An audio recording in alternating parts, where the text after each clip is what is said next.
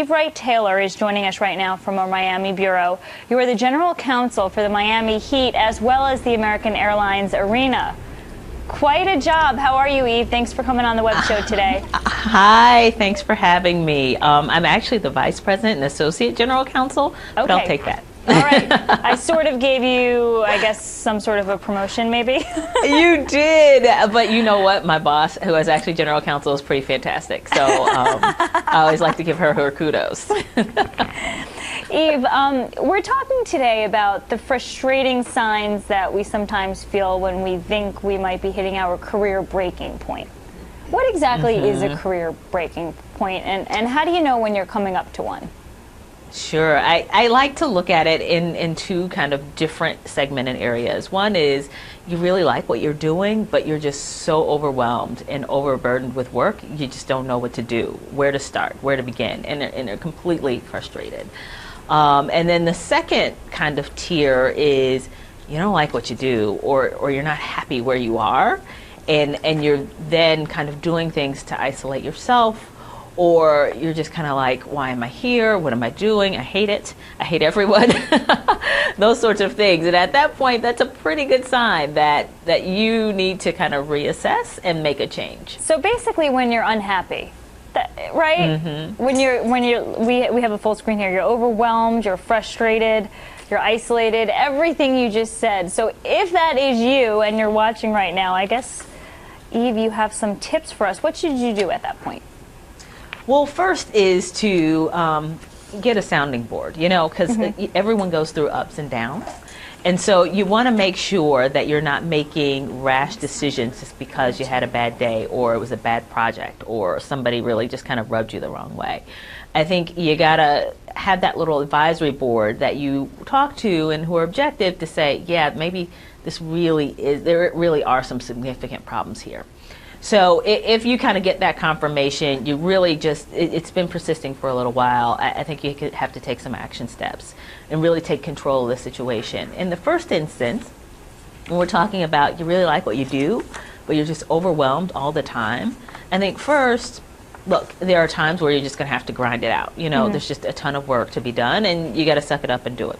But if it persists, that's not a good situation for anybody. So I think you have to talk to the folks that you report into and your colleagues to say, look, I really like being here. I want to continue to add value, but at this pace, I really feel like it is a detriment rather than an add that I'm bringing in terms of my how engaged I can be and how productive I can be. And so then from there, start to really set boundaries and timelines. Maybe you can't get rid of all of the work or delegate and that sort of thing, but certainly you can push it out and say, I'd love to be a help on this. I'd love to participate, but I have to do it in these amounts of time, this amount of time, as opposed to next week, in order to be productive in all the assignments I've been given. So that's a much more positive and productive way that keeps you sane, but also keeps you productive. Right, and Eve, if we can just talk a little bit about your personal career, because first of all, you're very successful as associate general counsel, but also you're in a male-dominated field. So how did you do it? And then also, did you ever reach or come close to reaching your career breaking point? Oh my goodness, yes, and yes. Long story short, I have an interesting path. I actually started with an entertainment boutique law firm, Entertainment and Sports, when I was in college. And I worked for these two gentlemen who formed it, who later became my mentors. They weren't at the time. And I worked on the entertainment side. And I said, oh, I'm never going to work in sports. Those sports people are really high maintenance. It just wasn't a good fit for my personality. Have you met reporters? So in any event, lo and behold, they kind of kicked me out and said, you need to go work for some other people. We love you, but we're not going to hire you right away. I went to a firm and did like corporate stuff. So copyright, trademark. It was kind of the advent of the e-business kind of web movement. I'm not dating myself there. And one called me a few years in and said, I saw something that might be a good match for your skill set. I want you to call on it. And it was in golf. I did, and I was down a month later. And I will tell you, I never thought I would be in sports, but what they liked was that I didn't really play golf well. I just learned a few months before, and they said, great, that means you're going to be in here working and not out on the golf course. And so that was really kind of the beginning of my career in sports. And I would tell you, it has not necessarily been easy. Even in women's golf, golf is golf. In terms of, and much like basketball, professional basketball, it's very homogeneous on the business side. But I think, look, by and large, as women, much of the heavy lifting has been done for us in terms of the movement is concerned and fighting for equal rights. And while there are still barriers to be broken and glass ceilings to be burst through, I really see it as my obligation to kind of build on that legacy that we've been given, as opposed to sitting around saying, they won't give it to me because X, Y, and Z. So that's kind of my perception or my take on it, and how I operate and have moved through this industry. No, I couldn't agree with you more. And it's worked. Excellent point. Very well said and well thought out as well. What's this thing called opportunity spotting? What is that? So that's really kind of builds on that philosophy about figuring out how you're going to make it happen. Sometimes people give you great opportunities and it's exactly in the direction that you want to go. And sometimes that just doesn't happen.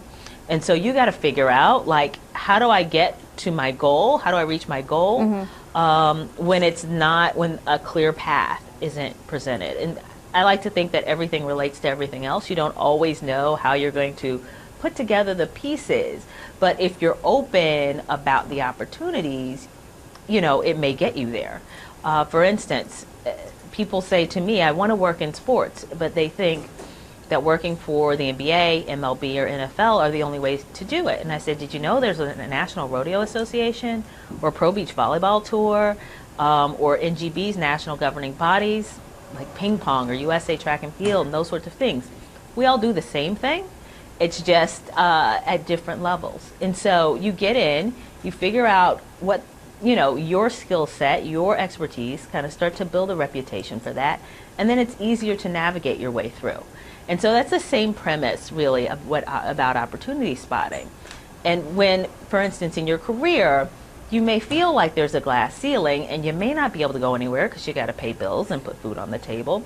Maybe you start to build those other expertise, those other skill sets outside through a professional association, through leadership positions, and those sorts of things, through the technical classes I think you guys were talking about a little bit earlier. Do you think And then you start to round out your package.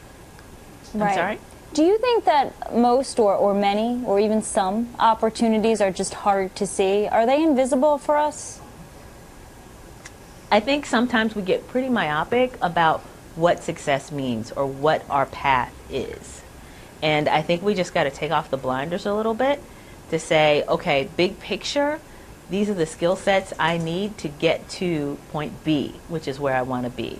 And even I can't travel this straight road, if I'm going over, around, through, up underneath these obstacles, it still gets me to B. I have a conversation, I would say, every single day with a younger person who wants to be a television reporter.